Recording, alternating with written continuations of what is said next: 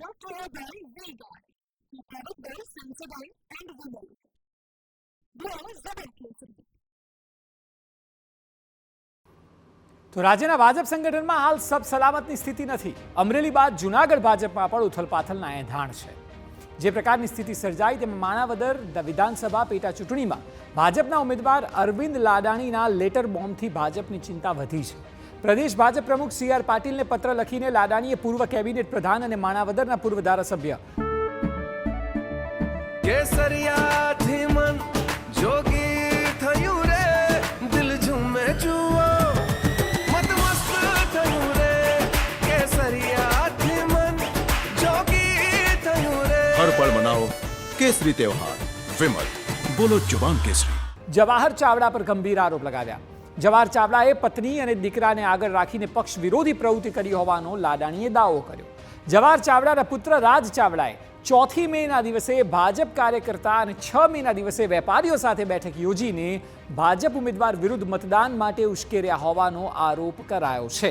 માણાવદર ભાજપના અન્ય હોદ્દેદારો પર પણ પક્ષ વિરોધી પ્રવૃત્તિનો લાડાણીએ પત્રમાં ઉલ્લેખ કર્યો. મતદાનના દિવસે મેંદરડા તાલુકાના કોંગ્રેસના આગેવાનો સાથે મળીને ભાજપ વિરોધી મતદાન કરાવ્યાનો પણ આરોપ લેટરમાં કરાયો છે.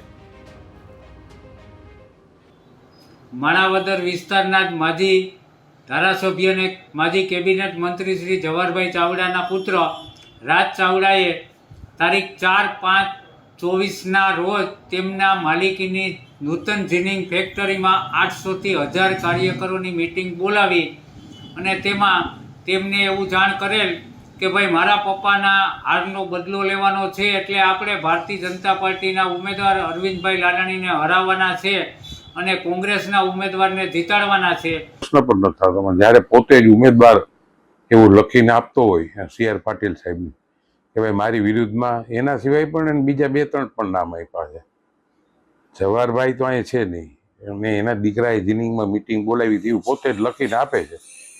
તો પછી તો ભારતીય જનતા પાર્ટી છે એ શિસ્તબદ્ધ પાર્ટી છે, અને ઉમેદવાર પોતે લખીને આપતો હોય તો એની ગંભીરતા પાર્ટી લે. Brought to you by VGuard, the product by Sensodyne and Vimal. Blue Zebra.